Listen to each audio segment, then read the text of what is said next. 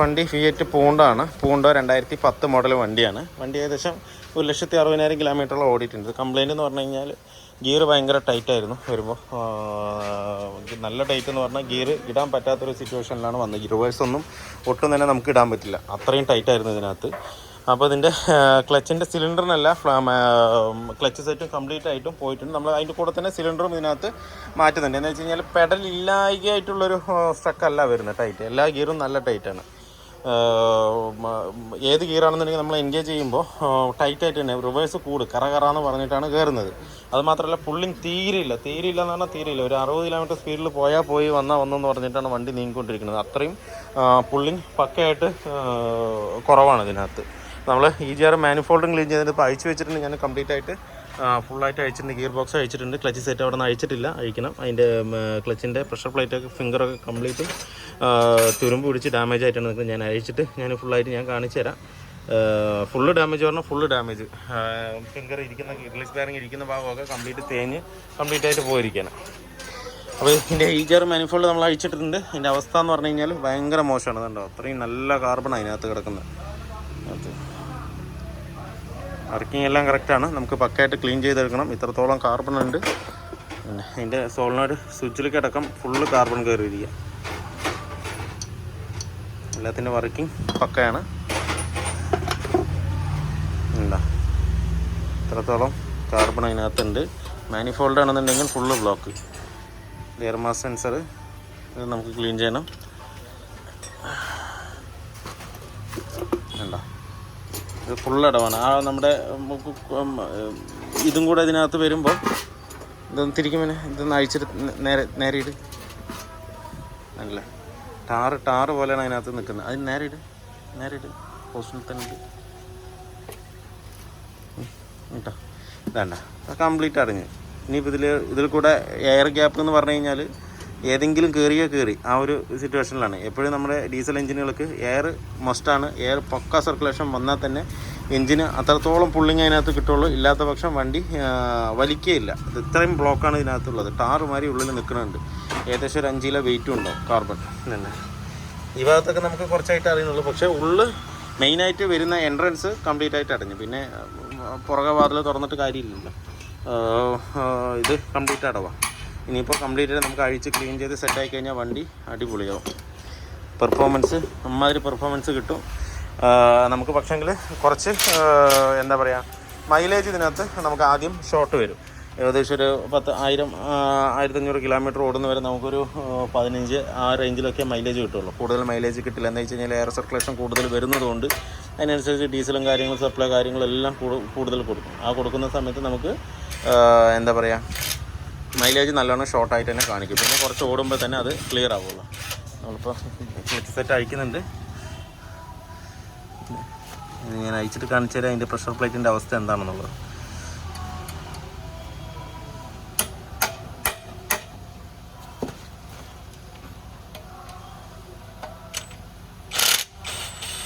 എന്നറിയാം, നമ്മൾ ശ്രദ്ധിക്കാതെ ആ ബോൾട്ടുമേ വെറുതെ വെച്ചുകൊണ്ട് അടിച്ചു കഴിഞ്ഞ് കഴിഞ്ഞാൽ ആ ബോൾട്ട് സ്ലിപ്പായി കഴിഞ്ഞ് കഴിഞ്ഞാൽ പിന്നെ വീണ്ടും ആ ബോൾട്ട് കംപ്ലീറ്റ് ആയിട്ട് മാറ്റേണ്ടി വരും. അപ്പോൾ നമ്മളെപ്പോഴും അഴിക്കുമ്പോൾ ഒരു പൊടിക്കൊരു തട്ട് കൊടുത്തിട്ട് അഴിക്കുമ്പോൾ ആ ഒരു പ്രശ്നം നമുക്ക് ഉണ്ടാവില്ല. കറക്റ്റ് സീറ്റിംഗ് ആയിട്ടിരിക്കും.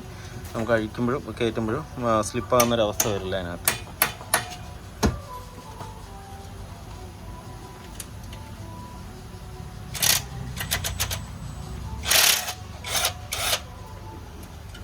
കഴിഞ്ഞ 2 ബോൾട്ടുണ്ട്. നമ്മൾ ചെയ്യുമ്പോൾ കംപ്ലീറ്റ് ആയിട്ട് ഫുൾ സെറ്റ് മാറുന്നുണ്ട്. ക്ലച്ചിൻ്റെ താഴത്തെ സിലിണ്ടറും മുഖത്തെ സിലിണ്ടറും എല്ലാം മാറ്റുന്നുണ്ട്. എന്നാലേ ആ വർക്ക് നമുക്ക് ഫുള്ളായിട്ട് കംപ്ലീറ്റ് ആവുള്ളൂ. റിലീസ് ബെയറിംഗ് ഇരിക്കുന്നത് അതും പക്ക കണ്ടീഷൻ മോശമാണ്. നല്ല ഒരു സൈഡിലേക്ക് ചരിഞ്ഞു റിലീസ് ബെയറിംഗ്. അത് മാത്രമല്ല അതിൻ്റെ മെറ്റൽ കണ്ടൻറ്റ് നല്ലോണം അതിനകത്ത് നിൽക്കുന്നുണ്ട്. ആ തിളങ്ങുന്ന മൊത്തം മെറ്റൽ കണ്ടൻറ്റാണ്.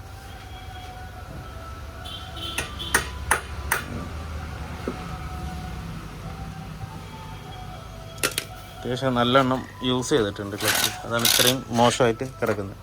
നോർമൽ യൂസിലൊന്നും ഇത്രത്തോളം കണ്ടീഷൻ മോശമാവില്ല.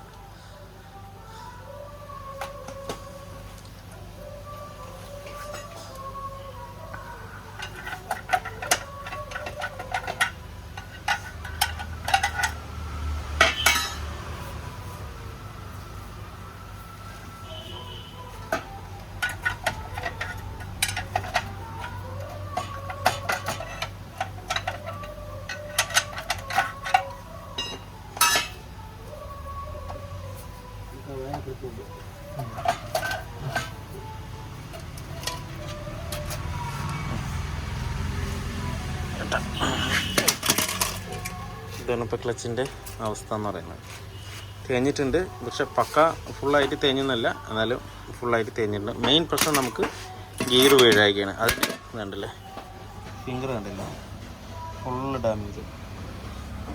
ഒരു ചാല് പോലെ തന്നെ അതിനകത്ത് കംപ്ലീറ്റ് ആയിട്ട് വേണം. ഇനിയും കുറച്ചുകൂടെ ഓടണമെന്നുണ്ടെങ്കിൽ ഈ ഫിംഗർ കംപ്ലീറ്റ് പൊട്ടും. അത്രത്തോളം നൈസായിട്ടുണ്ട് ഇപ്പോൾ ഇത്. ഇങ്ങനെ നോക്കി എനിക്ക് അർത്ഥം. ഇതാണ് അവസ്ഥ. അപ്പോൾ എന്തായാലും നമുക്ക് ഫുൾ സെറ്റ് മാറാം. അത് നമ്മൾ ക്ലച്ച് സെറ്റ് എടുത്തിരിക്കുന്നത് നമ്മൾ ടാറ്റയുടെയാണ് എടുത്തിരിക്കുന്നത്. പിന്നെ അതുപോലെ സിലിണ്ടർ നമ്മൾ എടുത്തിരിക്കുന്നത് ഫിയറ്റിൻ്റെ സിലിണ്ടർ തന്നെയാണ് നമ്മൾ ഇതിനകത്ത് കയറ്റിയിരിക്കുന്നത്. അല്ല, ഫിയറ്റിൻ്റെ ഒറിജിനൽ പാർട്സ് തന്നെയാണ് നമ്മൾ ക്ലച്ച് സിലിണ്ടർ 2 MC നമ്മൾ എടുത്തിരിക്കുന്നത്. അങ്ങനെ ക്ലച്ച് MC വരുന്നത്. ഇത് കിറ്റായിട്ട് മാറിയാൽ തന്നെ ആ ഒരു പെർഫോമൻസ് നമുക്ക് അതിനകത്ത് കിട്ടുള്ളൂ. റിലീസ് ബെയറിങ് നമ്മൾ ടാറ്റയുടെ OE പാർട്സ് എടുത്തിട്ടുണ്ട്. 668 രൂപ റിലീസ് ബെയറിങ്. അതാണ് റിലീസ് ബെയറിങ് വരുന്നത്, ടാറ്റയുടെ OE. അതുപോലെ ക്ലച്ച് സെറ്റ് 3684 രൂപ റേറ്റ് വരുന്നുണ്ട്. അല്ല, ഇതിൽ റിലീസ് ബെയറിങ് വരില്ല. ക്ലച്ച് പ്രഷർ പ്ലേറ്റും ക്ലച്ച് പ്ലേറ്റും ഇതിനകത്തുണ്ടാവും. അപ്പോൾ എന്തായാലും നമുക്ക് മാറ്റാം. EGR വാൾവ് കംപ്ലീറ്റ് ക്ലീൻ ചെയ്തിട്ടുണ്ട്. EGR മാനിഫോൾഡ് കംപ്ലീറ്റ് ആയിട്ടില്ല, കംപ്ലീറ്റ് ഫ്രഷ് ആയിട്ട് സെറ്റാക്കിയിട്ടുണ്ട്. പിന്നെ മാനിഫോൾഡും പക്ക ക്ലീൻ ചെയ്തിട്ടുണ്ട്. ഇപ്പോൾ ഇനി വണ്ടി പക്ക എയർ സർക്കുലേഷൻ കറക്റ്റായി കഴിഞ്ഞാൽ പക്ക ക്ലിയർ ആവും, പക്ക പുള്ളിങ് ആവും. എന്തായാലും നമുക്ക് കയറ്റാം. ഇപ്പോൾ നമ്മുടെ പൂണ്ടോൻ്റെ വർക്ക് ഫുള്ളി കംപ്ലീറ്റ് ആയിട്ടുണ്ട്. ഏകദേശം ഒരുപാട് ഇരുട്ടായി ഇപ്പോൾ കഴിയുമ്പോഴത്തേക്കും.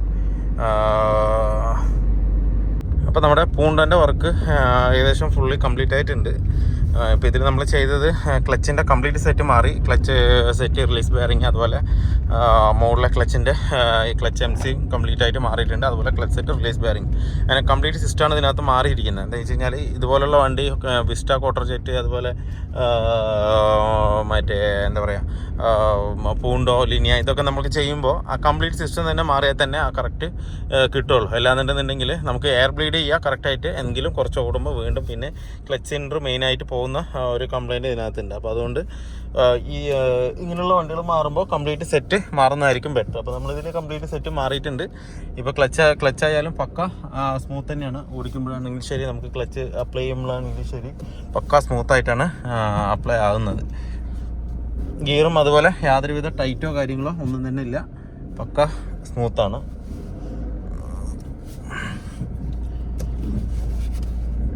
അതുപോലെ നമ്മൾ റിയറിലെ ഷോക്ക് കംപ്ലൈൻറ്റ് ഉണ്ടായിരുന്നു. ആ റിയറിലെ 2 ഷോക്കും മാറിയിട്ടുണ്ട്.